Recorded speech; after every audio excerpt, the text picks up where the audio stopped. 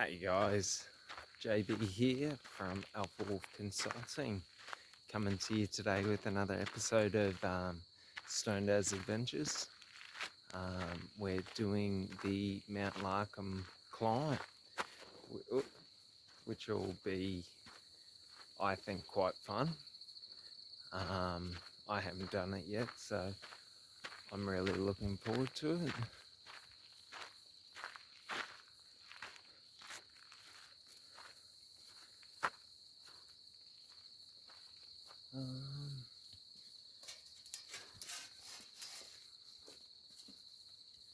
So we'll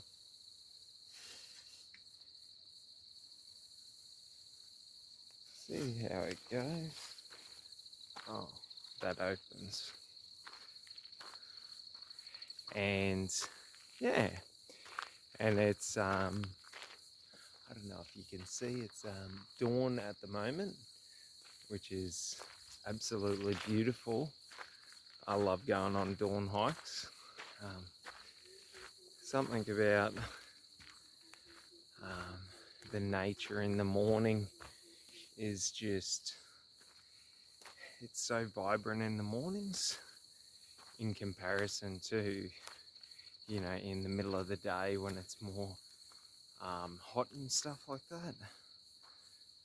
Oh, but no, it's an awesome place, Mount Larcom. It's just outside of Gladstone, and I've been looking to do this hike for about a year now. It's just enough off the beaten track that I haven't really come here too much, but I've driven past it a lot, which is, yeah, because I just think like it's just a nice, beautiful little like sort of set of mountains, and there's lovely bushland around it. So yeah, but yeah, so I wanted to talk about today was a bit around spirituality and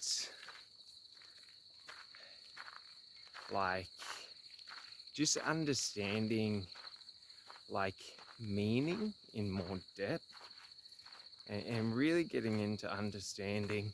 Oh, there's an awesome kangaroo over there if you can see it. I actually, as a side note, I was out hiking yesterday and I was sort of just hiking and singing, and I was like, I looked up and this little like wallaby kangaroo, like I don't know what breed it was, I hadn't seen it before, but it was really, really nice. It must be a little wallaby. But yeah, I looked up and it was like right there, like 5 meters away, just looking at me, wondering what I was doing. And I sort of just calmly kept walking towards it slowly, and it sort of moves a bit off the path, and then sort of just sat there like 2 or 3 meters away from me and just watched me. And that's one of the funniest things when you're around animals. If you're calm, you know, and you're in a positive state of mind, generally they're quite calm as well, which is really funny, because most people don't know how to be calm on the inside with like your inner emotional states, and that's what animals can pick up on, is like emotional instability.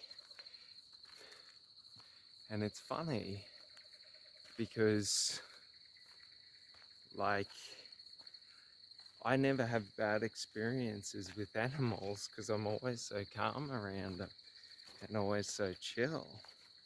Like, yeah. But it was pretty funny because I always have a chat to the, like any animals that I pass, just to see like what their response is to having a conversation, you know, to having someone talk at them. And usually they look at you and try and understand what you're doing and if you're going to try and attack them. But when they realize that you're not really concerned with them, what typically happens is, you know, they'll sort of just watch you and they won't really worry about you. Yeah. But that's a little bit of a side note. I just thought it was pretty funny little experience. And yeah, so back onto it. Yeah, we'll just be talking about, I can't overly remember, but like just to go on that, that story about the kangaroo. Sorry. Like that's one of the things you got to realize is whenever we're in nature, like we're giving off so many different forms of sort of like communication and body language, our tonalities, but also on energetic frequencies that like we can integrate into or integrate with other animals to be more, I guess, sort of like how native cultures lived more like on the land, in the ecosystem, and they didn't seek to control the ecosystem, but they seek to be a part of it. And that's sort of one of the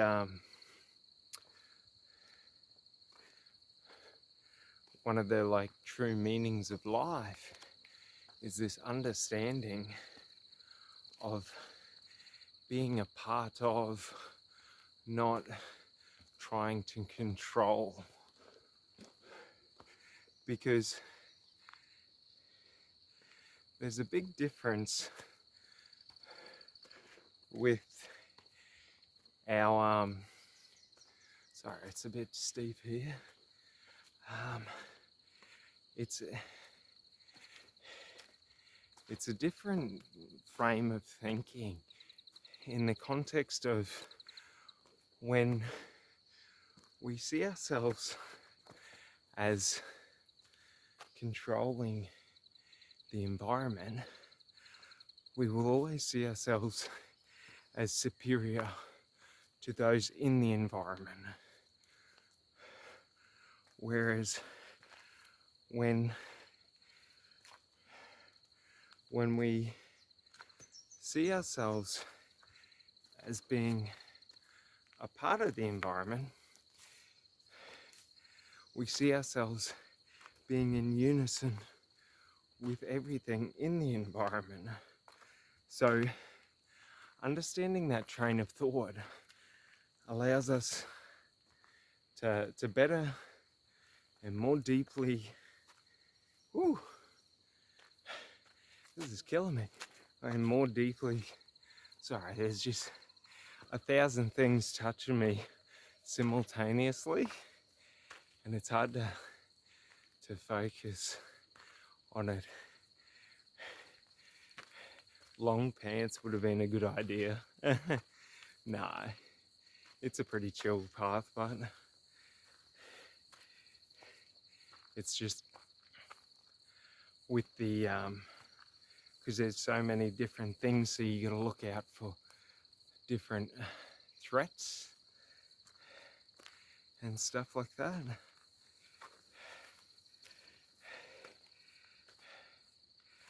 And you just pretty much hope that LG, life is good, and you get through unscathed.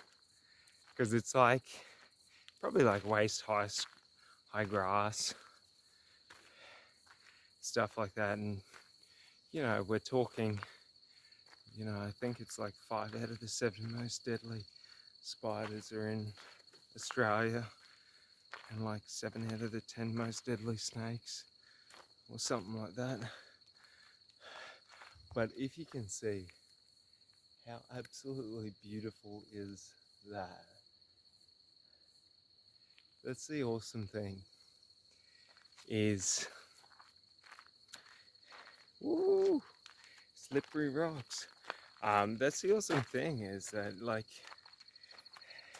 if you can stay calm when you feel uncomfortable, you're able to push through fear and discomfort, or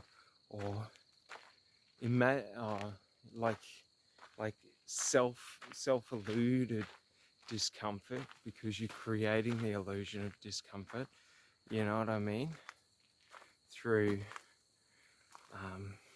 like fears and stuff like that. And the only way that I've found, and that anyone else has found, to break through fears is to expose yourself to them. It doesn't mean that you have to, you know, do, you know, the maximum discomfort. And if you have a fear of spiders, go and lay in a bath of spiders. No. But what you do have to do is you have to expose yourself to the environments that cause you that feeling of fear or discomfort, and sort of push yourself through them. Because the only way to overcome is to go through and break that perceived thought, or that perceived belief. And what you find, just like I found, just like many other people found, is that when you push through and you're in that environment that was, you son of a bitch, spider web, and you're in that environment that was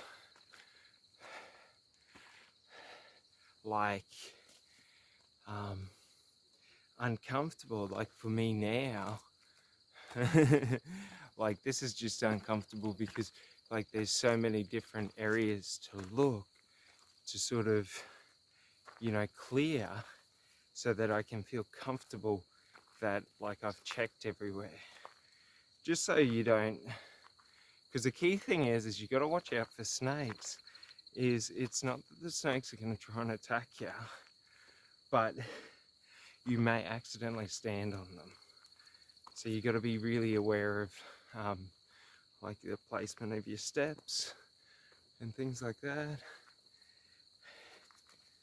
And yeah, no, but it's absolutely gorgeous here. And the best part is because so few people sort of come out and all of that, it's very, very peaceful. Like it's only sort of you out here, or me at this moment, you know. While there are other people out here, I think it's sort of like, whew, it's pretty much just me here. But yeah, but it's also, it's liberating to do what you perceive as being difficult and realize that it's not actually difficult. The difficulty was a limitation in your mind. Ooh, sorry, had to jump that log. Oh, but no, it's absolutely gorgeous out here. And that's one of the funny things, is that like we can live in a hostile environment or a positive environment. like it's all in the frame of your mind and the context and sort of what you think about. And this is the key in life, is understanding the different positions and frames of our mind, because this is what creates meaning in life. How we view things and how we think of it, and the meaning that we put to it. So like, it becomes important to understand that when giving meaning to life, or when, you know, assigning meaning to anything that we do in life, or even just assigning the perspective that we see, you know, the rose-colored glasses that we see through, you know, this can dramatically increase or decrease how we feel about ourselves in the situation, and how we feel about, you know, how things went. So it can dramatically put us in a positive or a negative frame of mind. And what we got to understand is that in a negative frame of mind, right, what's going to happen is we slide into a disempowered state. In a disempowered state, we make worse decisions because we look at limited information. Because when we're in a disempowered state, we're not feeling confident. So we second guess all the information that's presented to us. And what that does is, it means that we waste time double and triple checking information that could have been done once.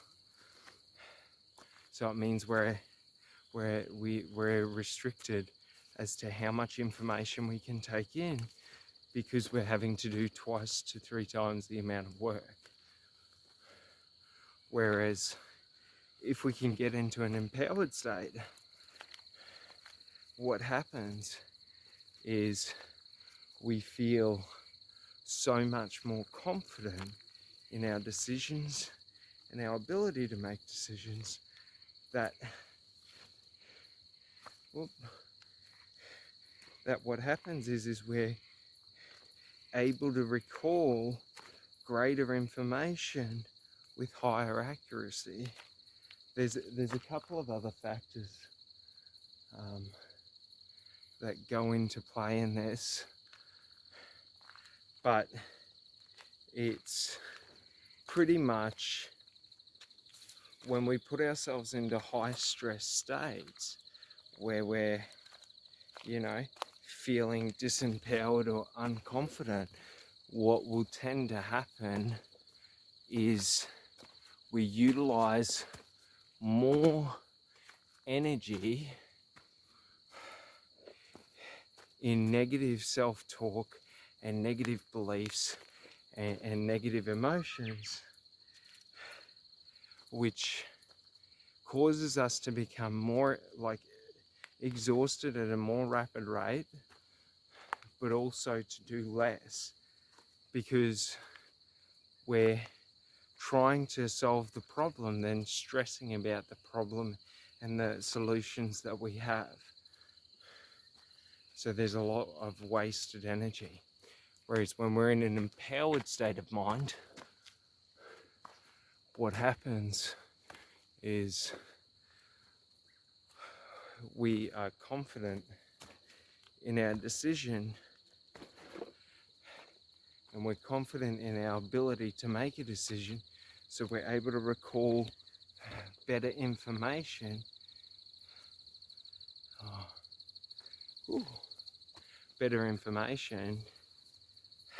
and we're able to make decisions quicker and easier because there's less decision making that has to go into it, because we're able to find the answers or the solutions to the problems in the information that's presented. So what we got to understand simply is one of those state of minds is a stressed state of mind, and the other is an inspired state of mind. So inspiration is always the best fuel because it's the most efficient way. It's the most efficient fuel. So like, for example, if you're trying to achieve something in life, yeah, you can use the fear of failure and the fear of what other people will say and the fear of never being enough to fuel you to success. But you're gonna burn so much more like energy that way and get lower results than if you were just inspired to how far you could go, to who you could become, to becoming and living the life, you know, becoming that person you dreamed of being, living that life you've always dreamed of, you know, whatever that means for you. And the key is we've really got to understand the aspect of what it means for you. So everyone is unique, but only you understand and know what means something to you in life. So the problem is, to fit in, many of us shape and shift our beliefs and desires to be a part of the group, when in fact what makes us truly happy in life is being our individual self and feeling good about it. So like, we got to understand that, you know. How good is this? Look at that. So what we got to understand is that, like, trying to portray someone else's vision and like basically live it out in our lifetime is the wrong way to go about life, because it'll only ever lead to us feeling empty, not fulfilled, and being in a fear mindset, because it doesn't inspire us. So we have to use fear to try and dictate movement. Whereas if you're authentic and you know exactly what lights you up and what you love, well then every action you take will feel like inspired action. Any and all action will be inspired action, which means you'll move at leaps and bounds in comparison to other people, because like, each action you take and the subsequent or the following results will be like fuel and just start compounding. You know what I mean?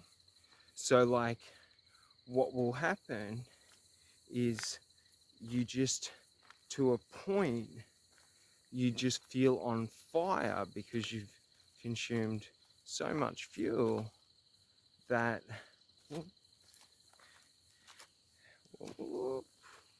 basically every action that you take, you will want to take 4 to 5 more follow-up actions. And that's how you get, and that's how you get sort of like unlimited energy. And it's not that you unlock any further energy, it's that every action you're seeing results in the nanosecond that you engage. So it's sort of like, and it's not that you're getting instant results, it's that your visualization strategy, you know that whatever you visualize will be guaranteed a result by your output. And the way to get, you know, to this stage in anything in life is just thousands of hours of effort. So like anything you do for 5 years consecutively, like you will feel this way about it if you put in, you know, an average effort, you know, 2 hours a day. Like it's so little, but the problem is until you try and, you know, like you try to learn new things, you try to start businesses, like until you start actively trying, what will happen is you won't fully understand or comprehend the like the vision aspect of it. So you're able to visualize, but you've got no prior experience of visualizing and then later attaining. So that's what you have to build, because that's why so many people run out of steam and run out of fuel in their business in the early stages, is because they can't hold on to that. Well, they can't hold on to the vision, and they can't fucking motherfucking webs, but they can't hold on to the vision,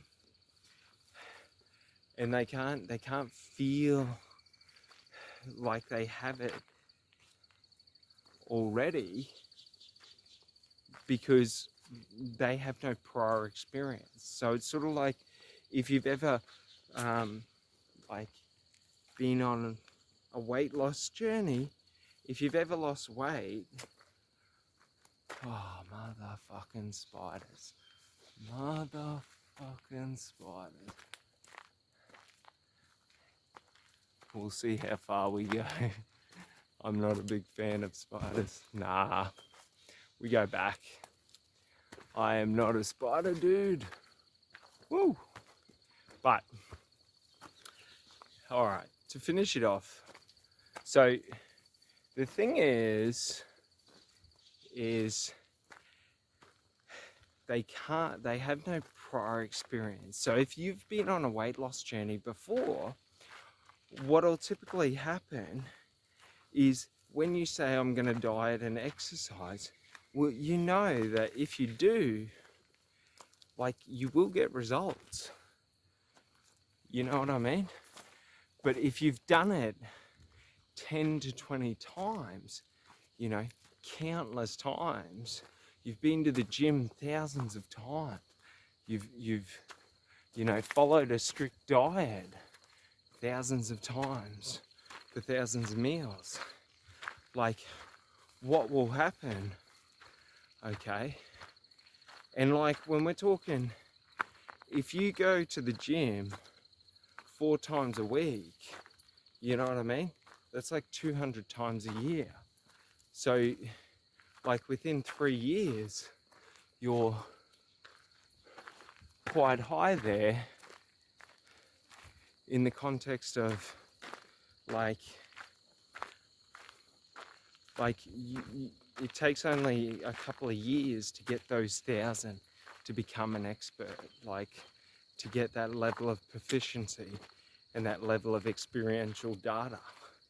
Because essentially that's what you're building, is the experiential data to be able to know without a shadow of a doubt that if you take X action, it will equal Y result.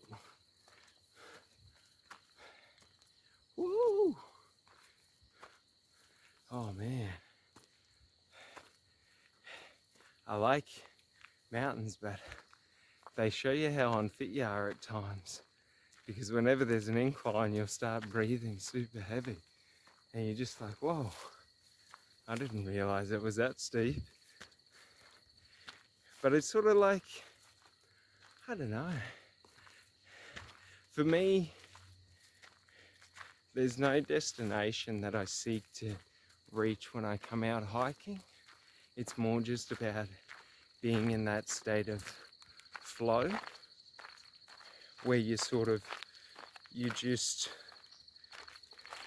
like distracted, distracted by the present moment, where you're focused on, the steps that you take. How cool is that? Where you're focused in on everything that's around you. When you heighten your smell to being able to smell like the water, being able to smell the flowers, being able to smell all the different scents.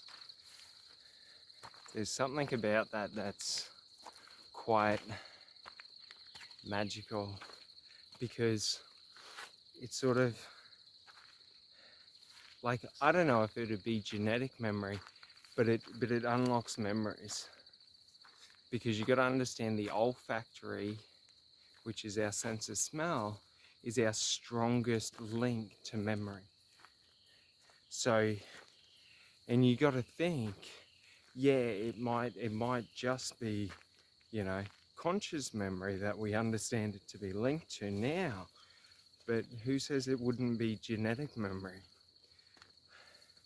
Because you would think that if genetic memory remembers predators, it would also remember distinct smells.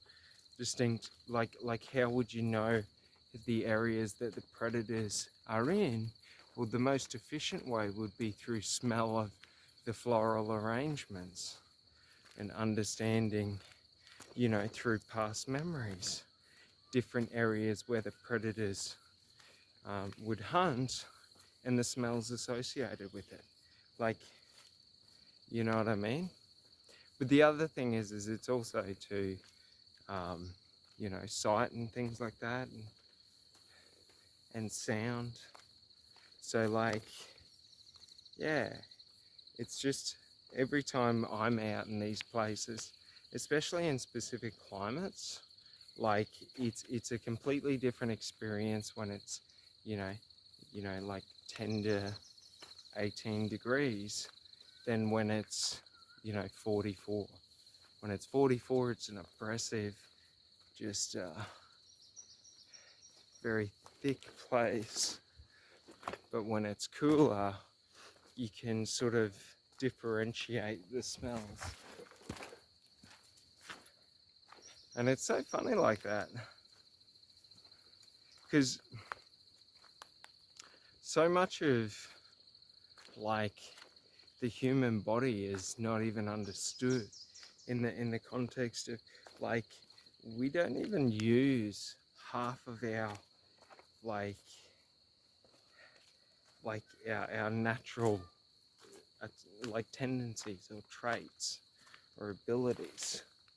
So like, for example, like when you're out hiking and stuff like that, you're on uneven terrain and you're having to use fine motor skills in your muscle movements and stuff like that, and do different sorts of calculations on like how to stand and where to step and things like that. So like, you're utilizing multiple different ones, but also then when we get into the brain, you're also creating a state of mental like fluidity where you're doing different things like all over the shop.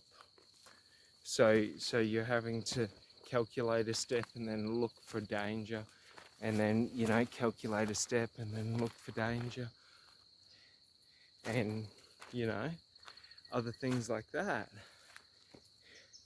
that your brain sort of has to do multiple, like go in multiple different directions simultaneously, which allows for it to perform at a higher level if you think of it as like training. It's why when we get people who have, you know, a lot of theoretical intelligence and low experiential intelligence, they tend to not be able to translate it into like active practice. Whereas the person who has heavy experiential knowledge can apply and primarily runs through active practice, but also can learn the theoretical side at a far greater rate. So that's the downside to only ever being someone who focuses on theoretical knowledge instead of going out there and doing, is when we do that, we don't, like, we may get some benefits to the like we may get some benefits to the like increases in learning, but it's quite negligible in the comparison, because the thing we got to understand is that muscle memory is a lot more effective, but when you learn how to do something, you learn it to a point of understanding it, to where you understand the key like functionings of it, but it's sort of like in a state of flow or in a state of motion.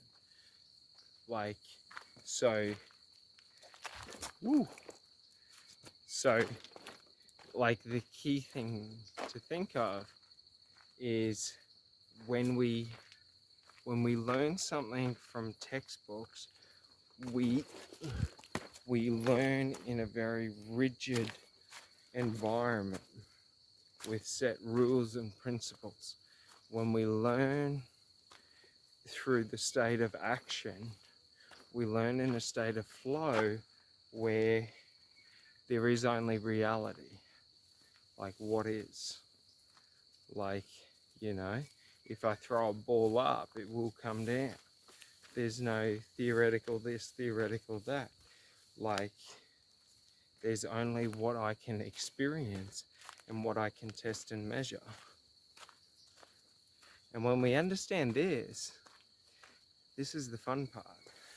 When we understand this, we can reach maximum learning by being able to intertwine periods of theoretical knowledge with like the action. And what we're able to do is we're able to use the theoretical knowledge to refine and improve. So we get the base skills through the active doing, and then we refine and improve our skills through theoretical knowledge and practices. That's the maximum efficiency, because the theoretical is unproven. So even if it's proven, it's unproven with you. Whereas like learning by doing, that's proven by you. So it's more certainty. Oh Jesus.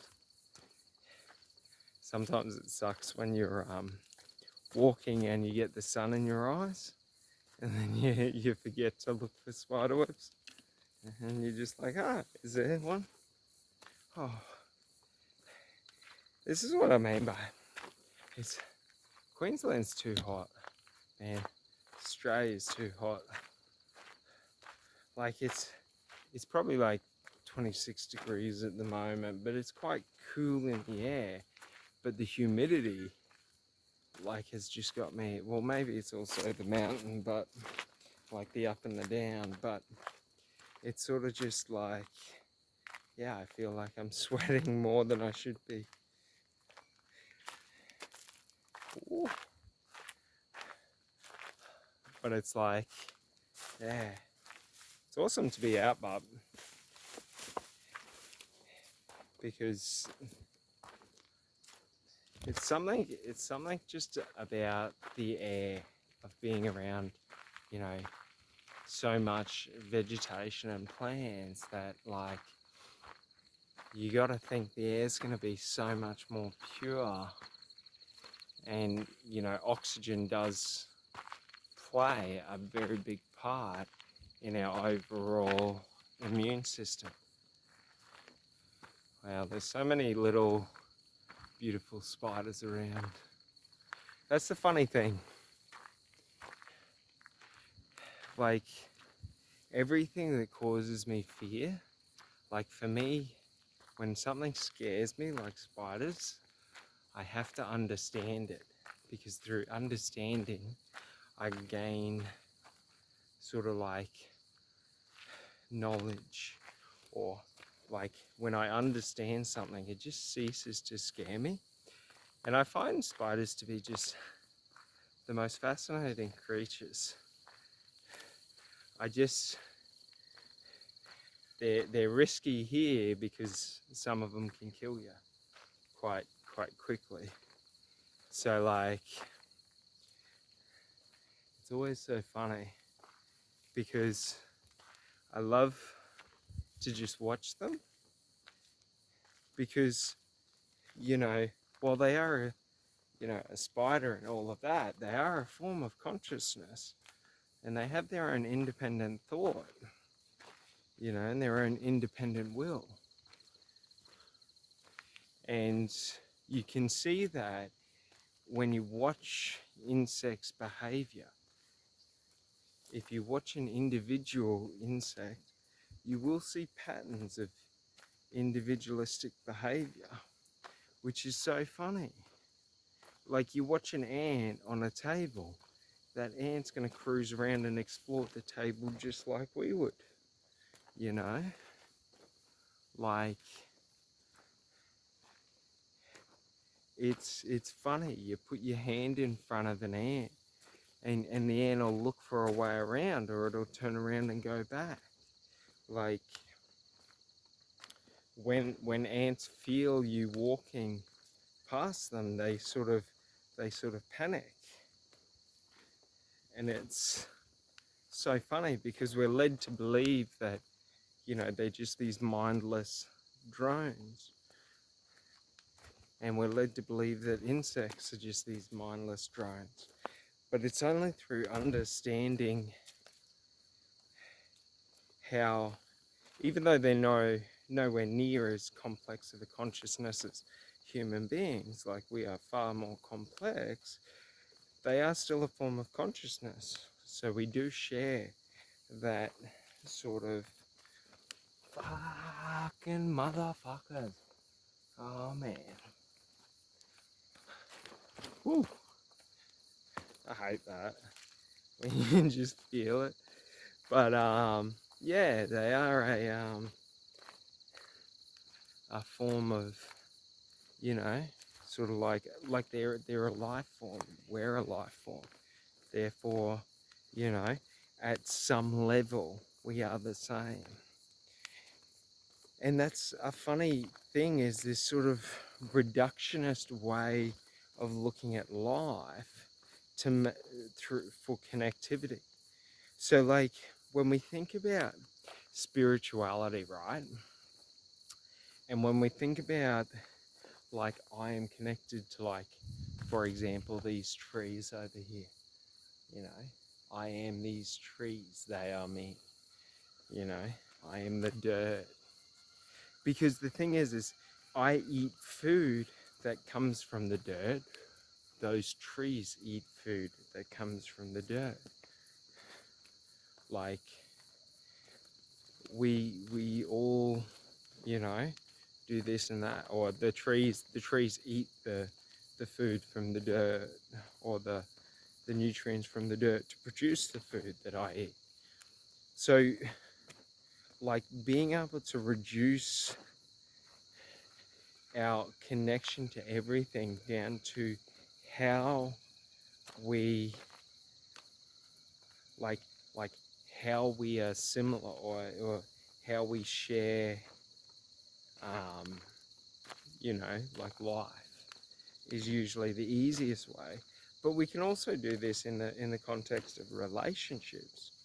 So like if you're a different culture to me, I can look to reduce your culture to the points of connection that we share, you know? So like, for example, if there was a Muslim and a Christian, right? Well, a Muslim believes in, you know, doing right by the community, doing right by their family, doing right by the, you know, the the mosque.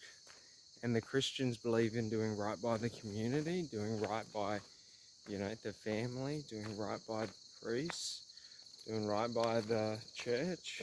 Like, so you would just reduce it down to all the points of similarity and focus in on them. And that's how you increase connection. So like if you're ever in life and you're feeling disconnected from, you know, what it means to be alive, all you have to do is start, whoop,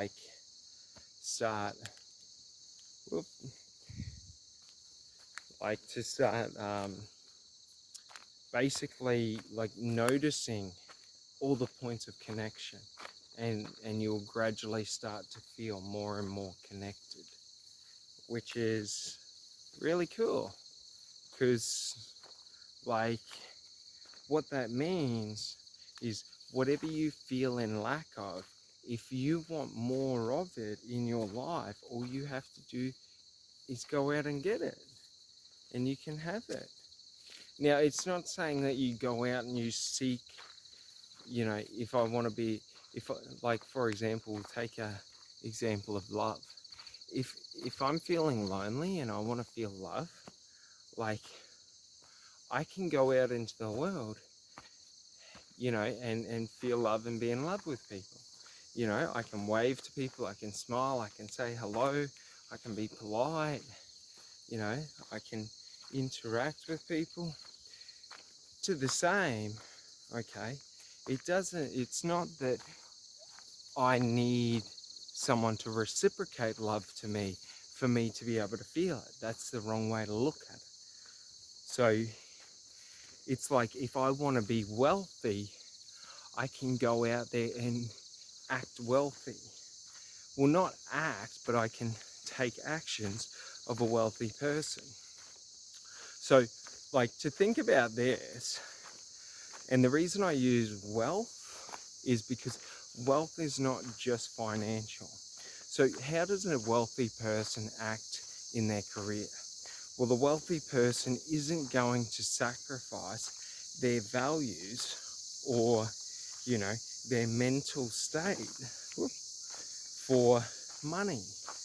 They don't need to. Like, we got to understand that it's like being wealthy and being successful in life, okay? Like, money's the wrong metric to try and measure against it, because like if money's not your motivator, the be all end all in your life, okay, then money's not your motivator. And if money's not your motivator, you got to find out what is. And for most people, it's, you know, interpersonal relationship, you know, it's to have wealth, health, and happiness. And they're all interrelated, because you'll never be happy unless you have the wealth to be able to only ever interact and deal with the people who bring joy to your life. Just to the same, you'll never be healthy if your work causes you so much stress that it affects your immune system and your sleep. So that's the key, is they're all interrelated, but you have to figure out what are each of them for you, you know? Like, what is your definition of health? What is your definition of wealth? Now, think about finances as resources. How much resources would you need to have before they become invaluable, or before they become worthless to you? So think about it like this. If I give you a 10,000 litre tank of water, and then I come and I try and sell you more water, you're probably not going to want it. You know what I mean? Because you've already got enough water. So, like, once you have enough money, whatever that level is, everyone's got to determine it for themselves. But basically, once you have enough money, more is just accumulating more. So, like, once you work out that point, then it's quite easy to work out the other aspects of wealth.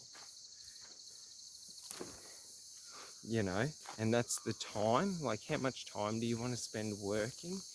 How much time would you want to spend with your family? How much time would you want to spend traveling, doing whatever you want? Like, there's no point working for 40, 50 years just so that you can retire for 10 years. What's the point of that? You may as well just figure out what a great life means to you, and then just seek to live that life every day. Whoop. You know what I mean? And live your life that way. Oh, because that's what true wealth is true wealth is when you truly feel like every day, woo, you're living your best life. Thankfully, I used to skateboard when I was younger, do downhill, so I have really good core, like, stability. So whenever I slip, I always catch myself, but it's always funny because it's sort of like that feeling of falling. But yeah, all right, well, you have a great day. Bye.